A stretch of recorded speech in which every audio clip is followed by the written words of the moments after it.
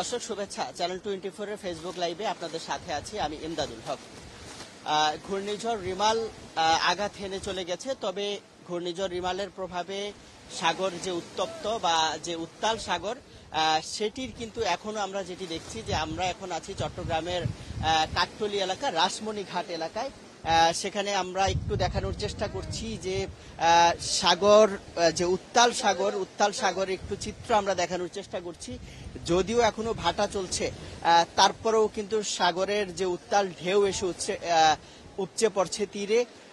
সাগরের এই যে ঢেউয়ের আঘাতে কিন্তু পাড় ভেঙে যাচ্ছে এবং এই যে রাসমণি এলাকা যে ইলিশ যে জেলেপাড়া, এই জেলেপাড়া আপনারা নিশ্চয়ই দেখছেন, ক্যামেরার মাধ্যমে ছবি দেখছেন দর্শক, যে এই জেলেপাড়ার কি অবস্থা হয়েছে আপনারা দেখছেন।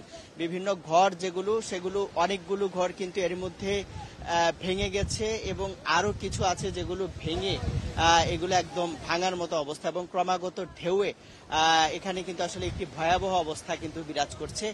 এবং যেহেতু কিছুক্ষণ আগ পর্যন্ত আসলে জোয়ার ছিল, কিন্তু এখন ভাটা, এই ভাটার মধ্যেও আসলে আমরা যেটি দেখছি যে বড় বড় ঢেউ এসে কিন্তু আশ্রয় পড়ছে এবং পুরো লন্ডভন্ড অবস্থা কিন্তু এই জেলেপাড়ার সেটি আমরা দেখতে পাচ্ছি। এবং এই জায়গায় আপনারা নিশ্চয়ই দেখছেন যে পানির মধ্যে যে কাঠ বাঁশ সহ বিভিন্ন জিনিস, এগুলো কিন্তু বসতি ছিল, এখানে ঘরবাড়ি বিভিন্ন স্থাপনা ছিল, সেগুলো ঢেউয়ের তোড়ে ভেঙে এই সাগরের পানিতে কিন্তু এখন, এবং আরো যেগুলো একদম সাগরের পাশ ঘেঁষা যে স্থাপনাগুলো, সেগুলোতে আমরা যেটি দেখছি যেগুলো কিন্তু ভেঙে যাচ্ছে, এগুলো ভেঙে যাওয়ার উপক্রম। আমরা একটু সামনে গিয়ে আরেকটু দেখানোর চেষ্টা করতে চাই, আমরা একটু সামনের দিকে যেতে চাই, আমাদেরকে যদি একটু জায়গা দেওয়া হয় আমরা একটু সামনে যাব, তারপরে নিশ্চয় আমরা যারা জেলেপাড়ার লোকজন আছে তাদের সাথে কথা বলবো।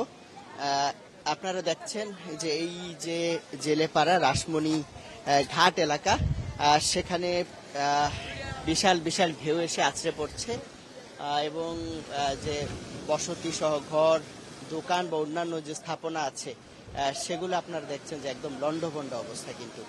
তো এখানে যারা আছেন তারা যেটি বলছেন যে গতকালকে তারা খুব ভয়ে ছিলেন যে 9 নম্বর মহাবিপদ সংকেত ছিল, কিন্তু গতকালকে খুব বেশি এখানে খুব বড় ঢেউয়ের তোড় বা এই বিষয়গুলো ছিল না, কিন্তু আজকে এসে কিন্তু সকাল থেকে যখন জোয়ার চলছে তখন থেকেই ভয়াবহ ধরনের কিন্তু ঢেউয়ের তোড় বাড়ছে এবং একই সাথে কিন্তু যে বিভিন্ন স্থাপনা আছে সেগুলো ভেঙে যাচ্ছে।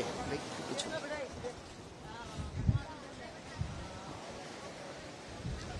সাগরের যে উত্তাল ঢেউ বা সাগরের রুদ্রমূর্তি কিছুটা হলেও বোঝা যাচ্ছে।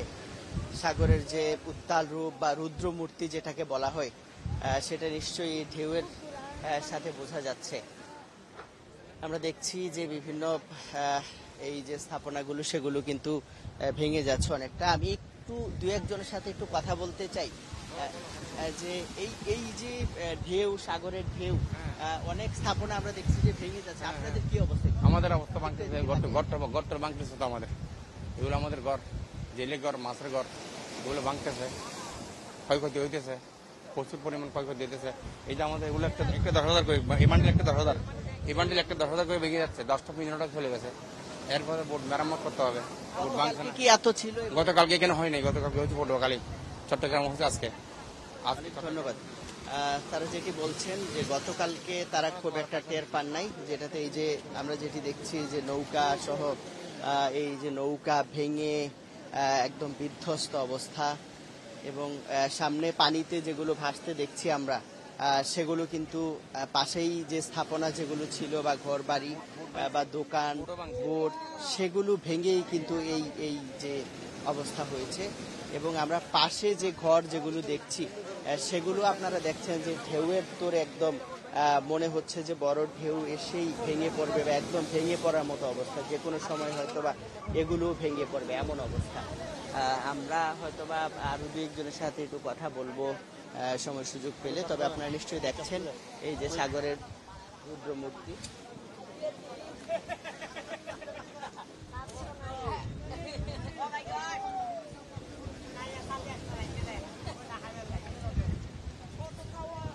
দর্শক আপনারা দেখছেন এই যে আমি আছি চট্টগ্রামের রাসমণিঘাট কাকটলি রাসমণিঘাট এলাকায়। সেখানে সাগরের তীব্র ঢেউয়ে বেশ কিছু দোকানপাট স্থাপনা এরই মধ্যে ভেঙে গেছে।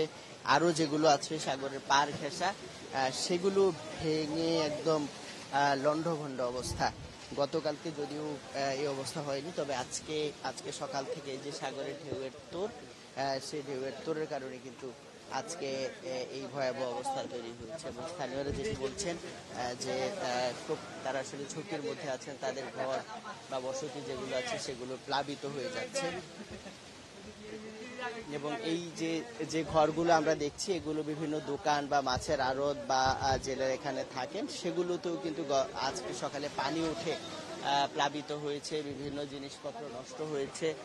আমরা দু একজনের সাথে একটু কথা বলতে চাই যে কি অবস্থা। এই যে আমরা খুব উত্তাল ঢেউ দেখছি, কি অবস্থা আপনাদের?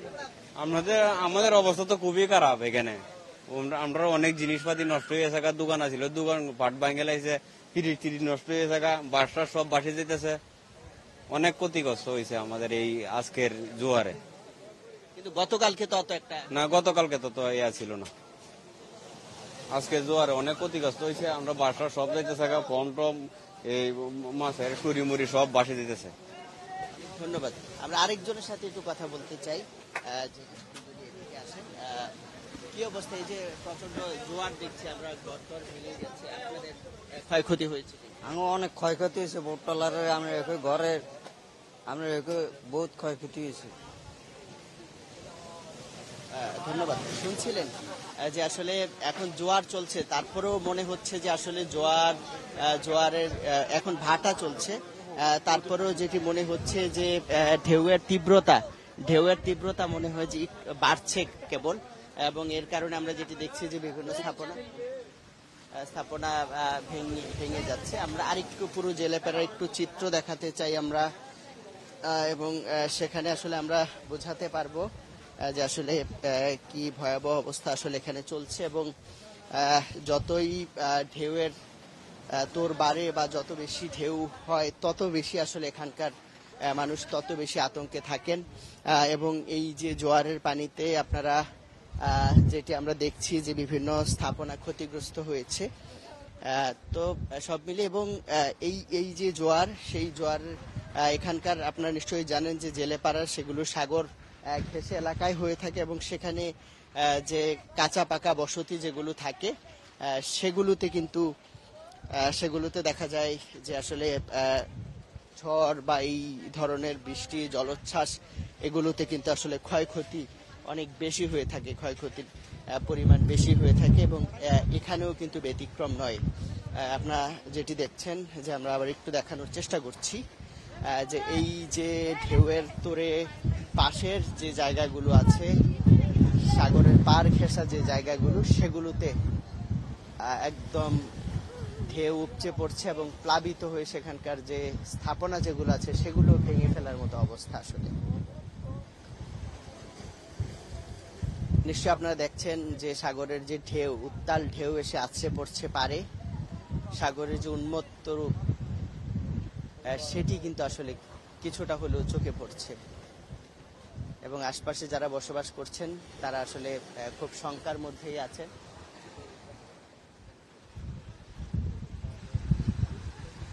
এখন কিন্তু আমরা যেটি দেখছি যে চট্টগ্রামের আবহাওয়া অনেকটা মেঘলা, কিছুক্ষণ পরপর বৃষ্টি হচ্ছে, থেমে থেমে বৃষ্টি হচ্ছে, মুষলধারে বৃষ্টি হচ্ছে। এবং একই সাথে এই যে সাগর পাড়ের যে এলাকা, সেখানে কিন্তু প্রচুর বাতাস, ঝড়ো বাতাস, যেটি কালকে আমরা খুব বেশি একটা দেখিনি, আজকে কিন্তু আমরা ঝড়ো বাতাস দেখছি। এবং এর প্রভাবে সাগর পাড়ের যে এলাকাগুলো, এই যে রাসমণিঘাট এলাকার জেলেপাড়া, আকমল আলী ঘাট সহ জেলেপাড়া, এই জায়গাগুলোতে কিন্তু ব্যাপক ক্ষয়ক্ষতি হচ্ছে। এবং উত্তাল ঢেউ এসে যে তীরে আছড়ে পড়ছে এবং যে বসতি, অস্থায়ী বসতি, সেগুলোতে আছড়ে পড়ছে এবং ব্যাপক ক্ষয়ক্ষতি কিন্তু হচ্ছে। এবং তারা আসলে অনেক আতঙ্কের মধ্যেই আছেন যে কখন আরো বড় ধরনের প্রাকৃতিক দুর্যোগ এসে তাদের জীবনকে আরো বেশি বিপর্যস্ত করে তোলে। তো এই ছিল চট্টগ্রামের কাকটলি এলাকা, রাসমণিঘাট এলাকা থেকে আমার কাছে সবশেষ তথ্য।